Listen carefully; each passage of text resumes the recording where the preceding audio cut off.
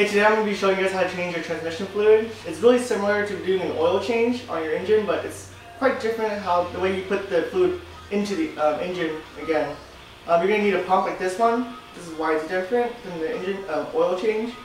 Just get it at an auto parts store. I got mine at O'Reilly's, I think. You just get it for your manual transmission. Usually, it's manual transmission that needs the pump for these kind of cars. I'm not too sure how it is for other cars. Then you need your transmission fluid. I picked this one. I always pick Royal Purple. I've been using it for 4 years in several of the cars I work with, and I always had a good experience with them. That's why I keep using this one for manual transmission. Royal Purple Synchromax, that's what it is. I love it. I just use all of this. That's it.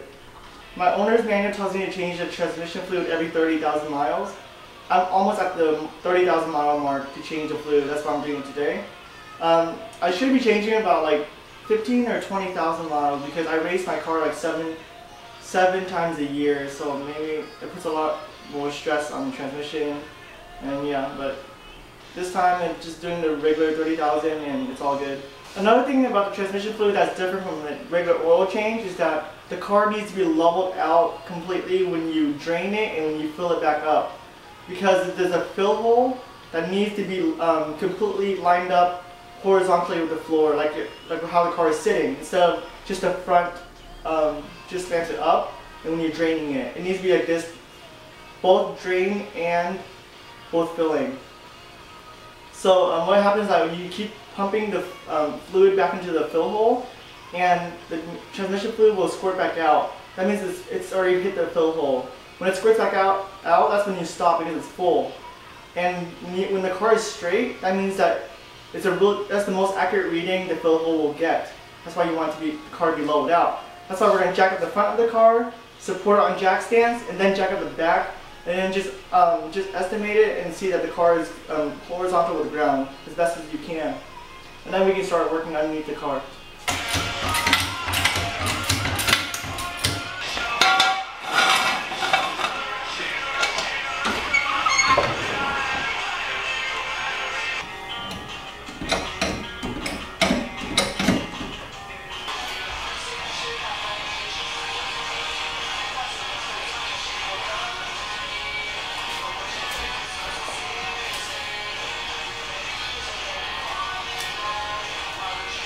After the car has been leveled out, this is underneath the car.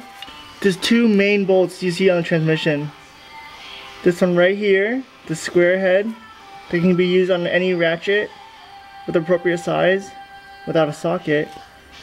This is the drain bolt. This up here is the fill bolt. Those are the only two that you need to be concerned about. But we're going to undo both of them and let the fluid drain out all the way. Make sure you put a bucket underneath to catch the fluid. This is my engine oil catch bucket.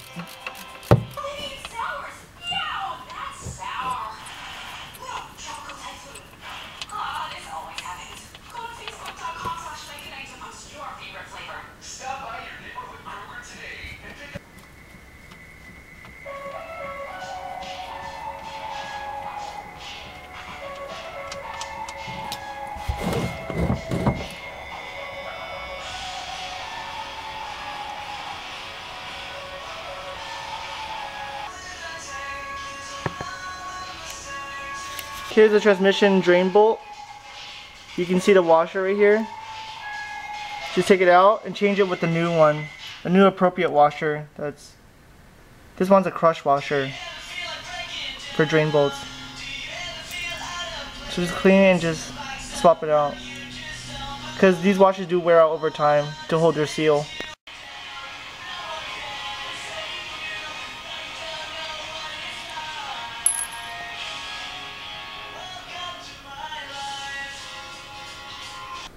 unlike the common automatic transmissions, the manual transmissions usually don't have a transmission fluid filter. So that's a little bit easier, you don't have to do that. But the harder part is that you have to pump in the fluid. For automatic transmission, the engine has a dipstick, so it makes it much easier to pour the fluid back in. You just pour it through the dipstick hole. But if you have manual transmission, you need to pump it back. You have to pump it manually through the fill hole, which is more difficult because it's underneath the car, and that's the main difference. Manual transmissions usually don't have the dipstick. I don't know why they don't, but they don't. Once the fluid is drained out, take the drain bolt and put it back in. And you want to tighten it back firmly, nice and firm, so that it doesn't leak out. Make sure the washer's still on there.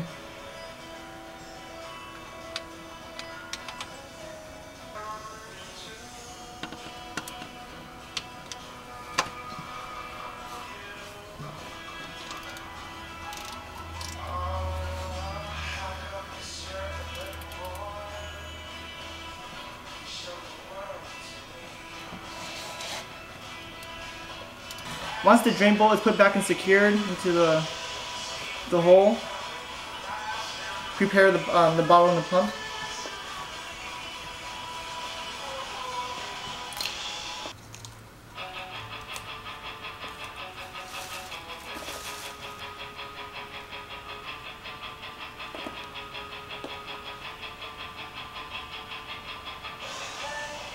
Make sure it's really snug and secure.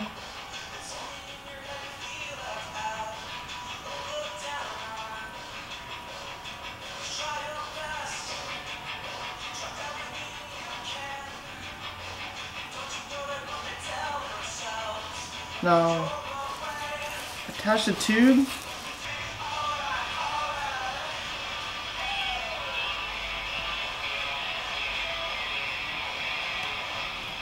Should be fine.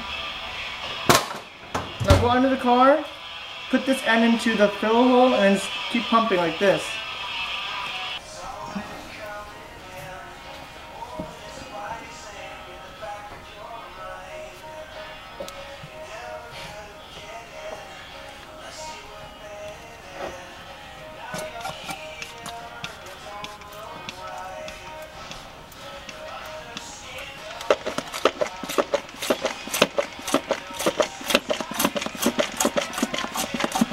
You can already see some fluid dripping down in here. It means it's full.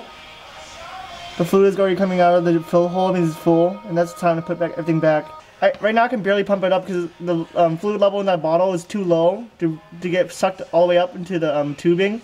You can always put a cup, pour it into a see-through cup, and then you can just put the end of the pump in it, and then you can just start pumping from there.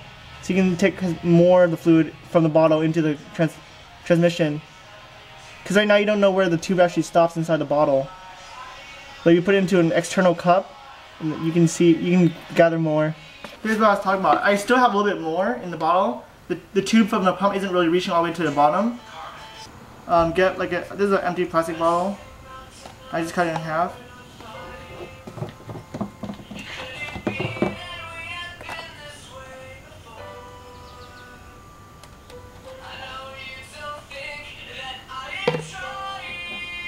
Now you're gonna pump it from this little container into the car, because the tubing actually goes into the fluid now, not like in the bottle.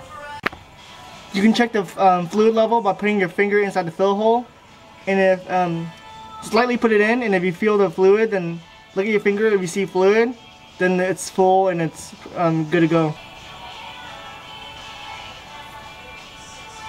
I put back the fill bolt. There's a washer on the fill bolt too, so you can replace that if you need to.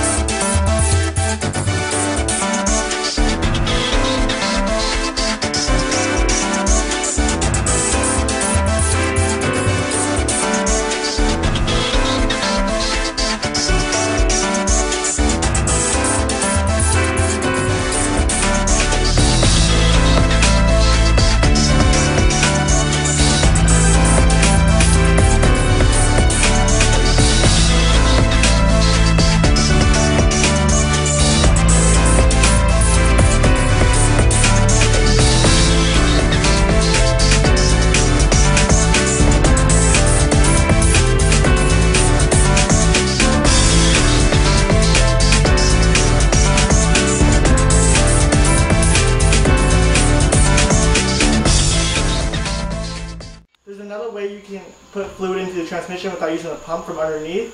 It's doing it from above. This is not part of the owner's manual, but you can actually take off the VSS sensor off your transmission housing from above and then add the fluid from above. It's much quicker because you don't have to pump it. When you do it from below, there's a lot of mess, but when you do it from above, it's a lot cleaner. The thing is, it's really cramped up there. There's like there's hoses and stuff, and then it's hard to get to the VSS and stuff. So people usually tend to do that during engine swaps. When they put the new motor in, there's nothing above. There's nothing in the way. But traditionally, when you do it according to the owner's manual, you do it with the pump and from below. And that's how you change the transmission fluid. It's not that bad. Good luck.